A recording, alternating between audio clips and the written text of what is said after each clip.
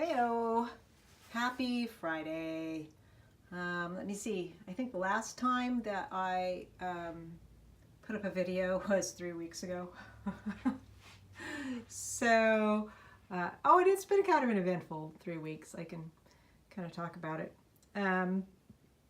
But we had a couple of really nice days of springtime. And now we have rain today. I wish I had gotten a little bit more gardening done yesterday, but I have to pace myself when I'm doing that. Anyway, there's Avery. And I still am trying to sort through my Polaroids. I have been in communication with Blurb to get back into my account so that I can make a couple more books. This is going to be the next one. I'm going to use these. This is going to be the cover. And I've been mulling over. I had a friend actually go through tons and tons with me. And I was kind of relying on her basic knowledge of the photo book world, because she's a collector and she collects art and stuff like that. And I haven't really collected too much. I'm still trying to wrap my head around what that whole genre means, but she picked these out and we kind of came up with not exactly a story, but what might be viewed as a story by, those who are perceived as a story by the viewers.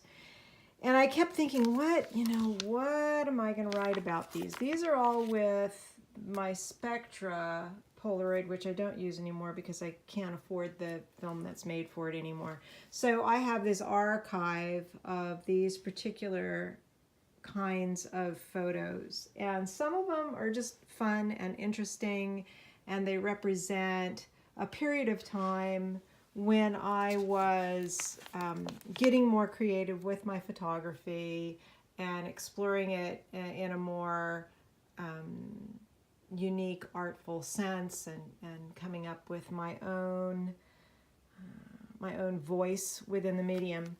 So I was thinking about this, and I was thinking, okay, what do I want to write about when I am writing about the different, or sorry for me not having my words here, but how I want to present these and what I want to say about it. Because on each page, I'm just going to have, there'll be smaller books like this size. I probably won't go bigger than the 8x8. And they'll be different than this one in that I'm going to keep the frame, because it's important that the kind of camera that was used is an important part of this whole process. So there will be one photo on each page, and I'm going to present the photos just as themselves, by themselves, so people can just kind of be with the photo. But at the front, I want to write something about the book and about the collection. So what I have been thinking about for this one is calling it Becoming Myself. Because probably shouldn't be showing this on YouTube. There's some nudes in here. Because the whole, and we're going to end with this kind of abstraction. So the whole deal with this one and calling it Becoming Myself is sort of about what the whole process of going through and learning different types of photography and playing with it, getting very playful, getting very experimental. It also was part of my exploration of my internal self, especially the self-portraiture. because I used a lot of the self-portraiture to just kind of explore myself objectively. And even though it's my body, there is how my body expressed itself, if that makes any sense at all. So self-portraiture has always been a big part of my photographic body of work, and using the Polaroids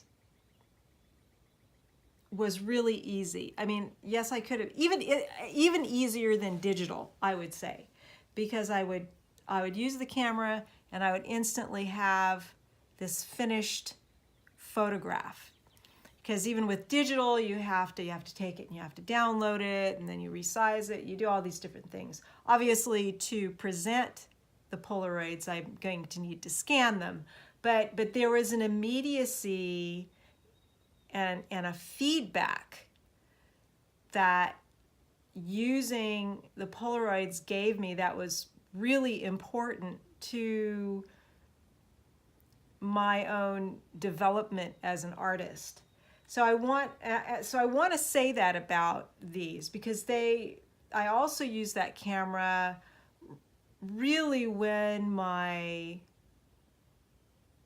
artistic exploration and sort of maturing was really going full steam. I mean, I'm still doing that in a way, but this was like much more personal.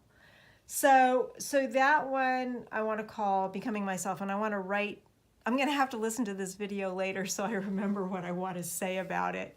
That's part of what I want to say. And I don't want to get too wordy, but I want to inform the viewer what was going on for me when I was making these images. And then the other one, I had a great suggestion by Annie. She doesn't really post here anymore, but she was Mirth and Reverence, about some of the other ones that aren't self-portraiture, but that have to do with photos that I took of my surroundings and my mundane life. And I was thinking about, she said, instead of finding subjects to fit the images into, to explore the feelings about the photos. So I was thinking about all my photos that have to do with home and food and family and garden and what that meant to me. And I was thinking of comfort, I was thinking of home, but I didn't really like that. It was a little too flat and uninteresting to me. So I'm thinking about the word content, and the fact that content can also be content. So not only is it this sense of contentedness, which can encompass things like warmth and nurturing and just appreciating the moment, it is also content. It is also what my life is made up of, what it was made up of at that time, especially since my circumstances have changed. I mean, I was becoming an empty nester, but then I lost my marriage and I lost the home that, those were taken in. Obviously, I have a new home, which I appreciate now, and I'm working on also expressing that through the photographic medium. But I like the idea of content for that one. So I will be going through some of those. I don't know, those first pages I was showing you for the Becoming Myself it'll be about 30 photos in that one. I may increase that in the other one. And I'm waiting to hear back from Blurb because I lost my email address. I mean, the email address I was using for the account stopped working it was a very old email address. And then I didn't remember the password, so it's like, oh, can you just change my email address on the account? And it's been such a rigmarole, it's ridiculous. But anyway, so I'm waiting on that, and then I will be able to start scanning and working on blurbs. So I'm kind of excited to be doing that. I've made some wet cyanotypes recently. I've continued to do my daily drawings. I need to scan like a month's worth and put them up on my Flickr and on my blog. And then just working on the garden because, oh, that's my wood chips. Did I show you my wood chips that I got for free? But I have, you can see out there, I redid where all my rhubarb is. I got a shade wildflower mix for that corner. I'm expanding the beds. I did expand them out a little bit. I got a bunch of plants yesterday, but I haven't been able to put them in yet. And can you see there? It's way too bright. Come on. I just wanted to show you my little the plants right out there by where the rain chain comes down. And some of my wild medicinals are coming up out back. I've got mayapple and blue cohosh and black cohosh and just a little teeny tiny bloodroot. I'm not going to go out there because it's all wet, but that's what's coming out back. I am making today some sourdough rye. I had the dough setting overnight, and I'll probably bake these late this afternoon, evening, and then maybe make some soup to go with it. Oh, but I was going to tell you, so since I've been on here, I had like a really awful experience 2 weeks ago. I thought I was dying. I mean, I literally thought I was dying.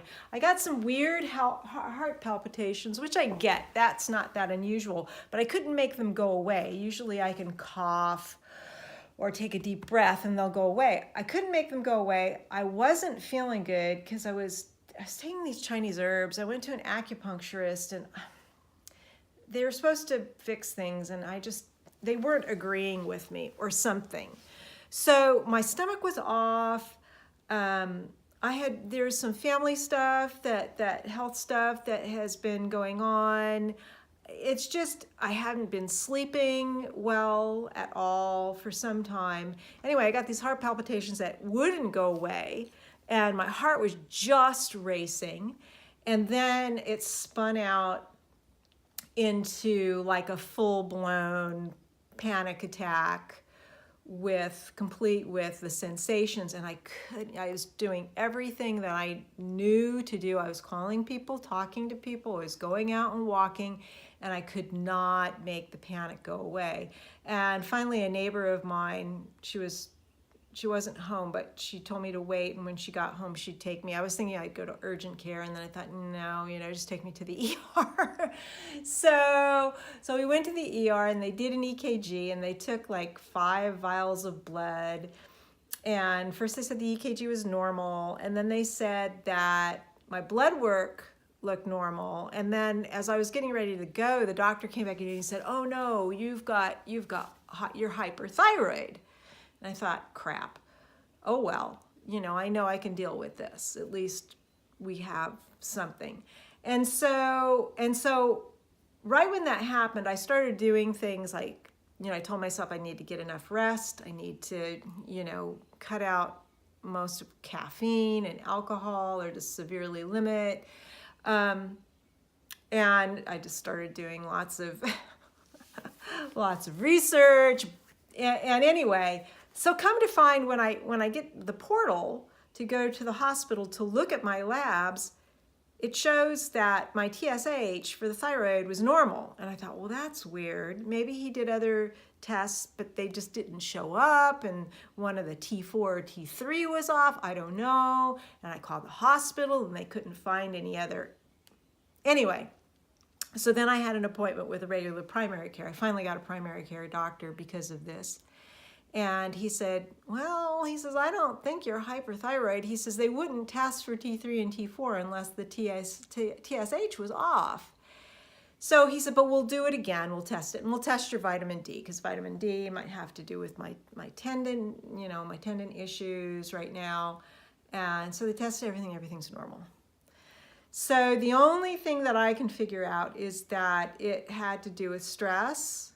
It had to do with not sleeping. I have one big mug of black tea a day. I don't drink more caffeine than that, but I thought maybe that's too much for me right now.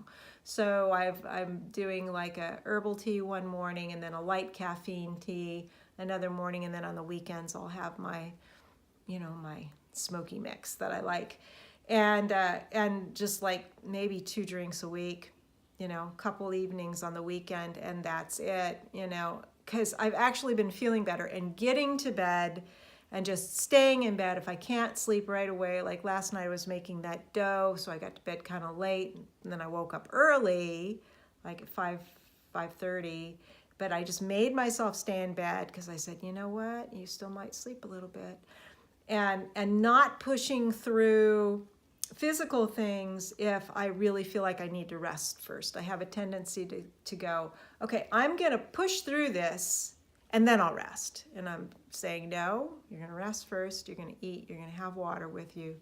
And so I'm trying that out. But man, that was, oh my God, that was so scary. Anyway, that's all. So I've got to get back out in the garden when it gets better, maybe over this weekend. And I'll let you know about the blurb projects. I'll probably be doing another cyanotype series. Oh God, I've got film to work with. There's so much. And I need to start making money off of some of this stuff that I do. Anyway, have a great weekend, everyone.